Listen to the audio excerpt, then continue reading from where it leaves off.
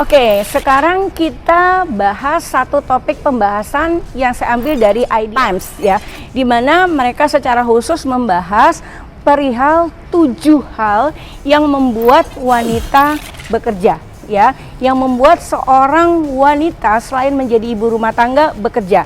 Ingat ya tadi bahwa yang disebut bekerja ini bukan hanya berarti di perkantoran. Ya, yang pertama adalah karena desakan ekonomi ya. Karena ekonomi keluarga lah yang mendorong seorang wanita akhirnya memilih tidak hanya sebagai ibu rumah tangga tapi juga sebagai wanita karir. Umumnya ini ya, umumnya karena desakan dari ekonomi keluarga ya. Kemudian yang kedua itu adalah faktor penyebabnya adalah karena si wanita ini merasakan bahwa menjadi seorang wanita yaitu bisa mandiri ya, dia bisa mengurus dirinya sendiri, dia bisa mencukupi kebutuhan dirinya sendiri. Nah, ini seringkali yang saya menjadikan suatu alasan ketika saya bertemu dengan orang, ini adalah alasan yang ketiga ya, kenapa saya berkarir sampai dengan saat ini, kenapa saya memilih untuk menjadi wanita karir. Alasan ketiga ini nih yang saya selalu pakai untuk menjadi contoh, termasuk ketika saya meng-hire orang ya, khususnya meng-hire wanita. Alasan ini selalu saya pakai untuk menjadi motivasi. Alasan apa sih sebenarnya? Alasan tentang kondisi yang kita tidak bisa prediksi, yaitu alasan misalnya harus kehilangan suami ya. Kita bisa bayangkan ya, ketika kita tidak memiliki pekerjaan dan kita harus kehilangan suami, bagaimana kita bisa mencukupi kehidupan rumah tangga ini? Tidak mungkin kan? Sehingga alasan ini salah satu yang menjadi alasan dasar saya kenapa saya ingin memperbanyak lagi masalah alasan ketiga, yaitu dimana alasan ketiga adalah bahwa wanita bekerja itu karena salah satunya adalah faktor ketidakpastian ya. Artinya bahwa seorang wanita harus bisa memproduksikan di situasi yang darurat ya.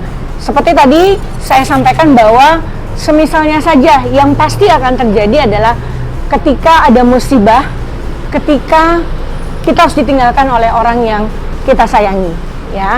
Ini yang selalu saja, karena ini adalah pasti terjadi ya.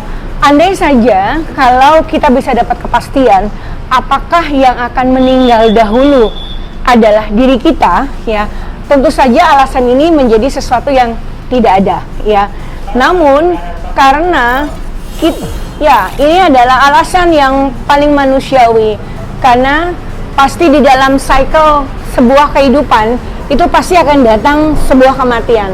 Nah, andai di situasi ini kita bisa mendapat satu kepastian bahwa yang meninggal itu adalah kita dulu sebagai seorang wanita, tentu kita tidak akan merasa menjadi satu kesulitan karena masih ada ayahnya, masih ada suami ya.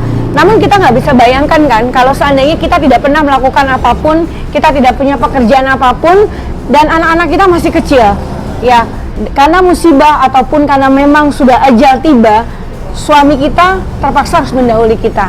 Nah, ini yang merupakan sesuatu yang sangat logik, sehingga ada baiknya memang wanita memiliki pekerjaan ya.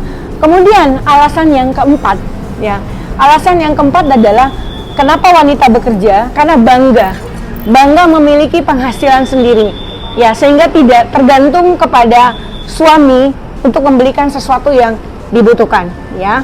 Kemudian alasan yang kelima adalah dengan bekerja wanita akan terhindar dari kebosanan, akan terhindar dari rutinitas pekerjaan yang itu lagi ya. Dan ini yang memang paling sering saya dengar dalam hal ini dari ibu-ibu yang memang hanya menjadi ibu rumah tangga ya. Kemudian yang keenam adalah dengan adanya bekerja, alasannya adalah karena ingin meningkatkan kompetensi ya. Jadi seorang wanita yang bekerja sebenarnya karena ada kompetisi di dalamnya, maka dia akan menjadi mau belajar dan akhirnya menjadi lebih pintar ya. Dan yang ketujuh, alasan yang biasanya mengapa wanita itu bekerja itu adalah karena memiliki nilai lebih ya dari wanita-wanita pada umumnya ya, karena memang karena tadi ada faktor senantiasa belajar, senantiasa meningkatkan kompetensi sehingga dia menjadi berbeda dari yang lain ya. Jadi ini adalah 7 alasan mengapa wanita bekerja, dan ternyata alasan itu juga memicu adanya satu manfaat dari wanita bekerja. Kita bahas ya. Hatiin dulu Mas. Meningkatkan kompetensi ya. Jadi seorang wanita yang bekerja sebenarnya karena ada kompetisi di dalamnya, maka dia akan menjadi mau belajar dan akhirnya menjadi lebih pintar ya.